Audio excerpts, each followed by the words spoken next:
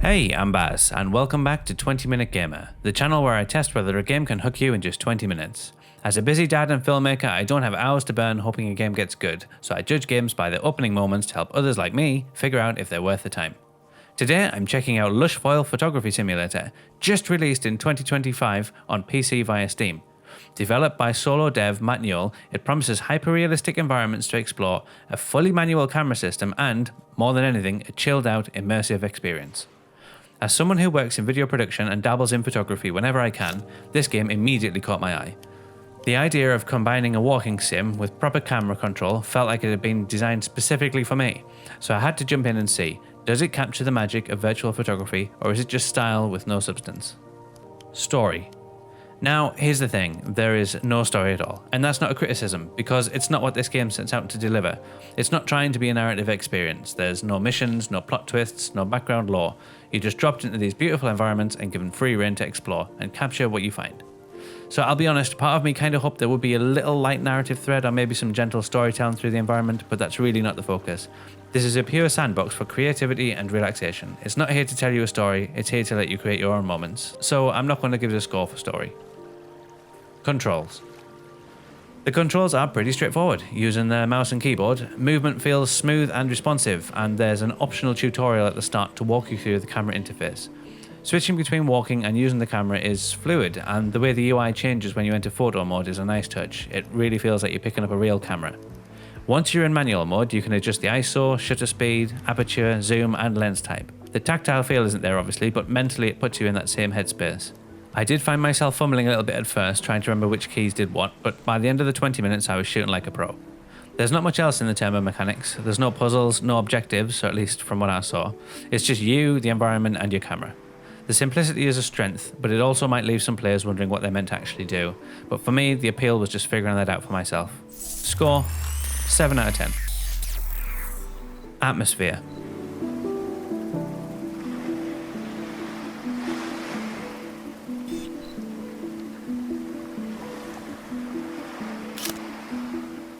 Now, this is where the game absolutely shines. The vibe is spot on from the moment you spawn. Whether you're wandering through a snow-dust alpine lake or a sun-drenched Australian coastline, every location is dripping with detail. Birds chirp in the background, bees buzz past your ear, and gentle ambient music underscores it all without ever drawing too much attention to itself. I played through 2 environments.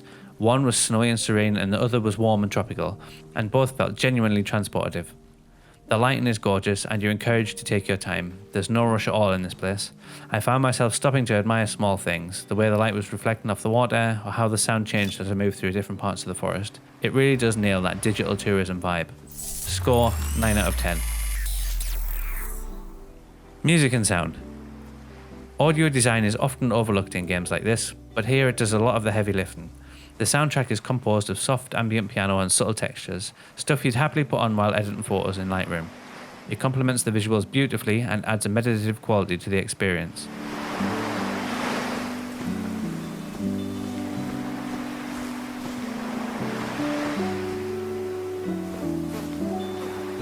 Sound effects are equally well done.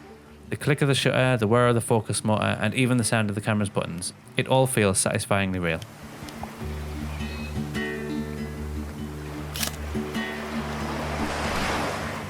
Environmental sounds like waves crashing, winds rustling through trees, and insects buzzing gives each scene its own personality.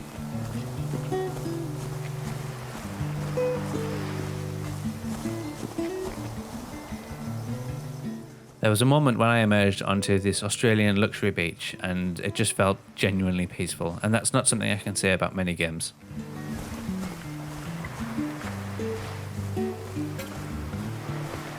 Score, 9 out of 10. Graphics and style. Visually, this game is pretty stunning. I wouldn't say it's photorealistic, ironically, but it does get close enough and it makes you stop regularly and go, wow. The environments feel believable, the lighting's fantastic, and little touches like depth of field and lens effects really elevate the look. The camera UI mimics a real DSLR viewfinder, which I really loved. It's a small thing, but it helps immerse you in the experience of being a photographer. When you're walking around, the game feels like a high-end open-world environment, but once you go into camera mode, it's all about framing, composition, and light. The visual fidelity is impressive, especially considering that I'm only running it on a GTX 2070 Super. I didn't encounter any frame drops, and the reflections on water and lighting change between the environments really made it feel alive. Score, 8 out of 10.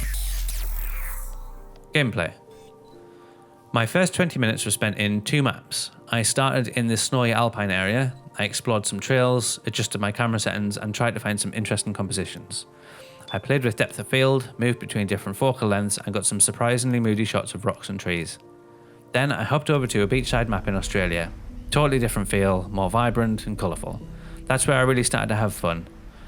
I actually found a little camcorder too, which was brilliant, and I just got on experimenting with that. It was like being in Mr. Bean's holiday or something. There's no goal, but it doesn't mean there's no satisfaction. You just create your own here. There was only one small annoyance. The rest of the map seemed to be locked, and there was no clear explanation on how to unlock them. I poked around in the menus, but I couldn't find anything helpful. It's just a minor frustration in an otherwise seamless experience.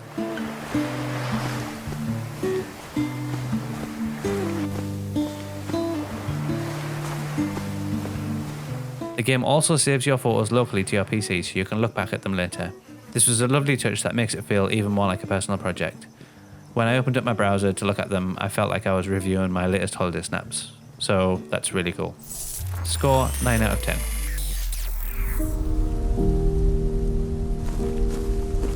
Final verdict. Is it worth 20 minutes? If you're into photography, nature, or just need something low stress and relaxing, this is 100% worth your time. Lushfoil Photography Simulator won't be for everyone. If you're looking for fast-paced action or deep systems, you'll be bored to tears. But what it sets out to do, it absolutely nails it. It's not just relaxing, it's rewarding.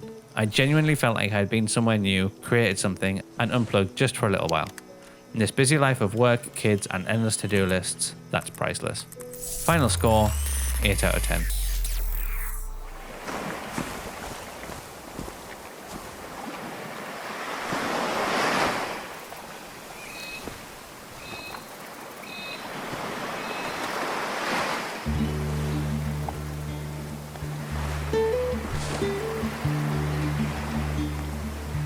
So, what's the most relaxing game you've ever played? And do you think games like this are just digital distractions, or are they something more meaningful? Drop your thoughts in the comments, and if you enjoyed this peaceful review, please consider liking and subscribing. It really helps the channel, and it means I can keep finding gems like this to share with you. Cheers, and I'll see you next time on 20 Minute Gamer.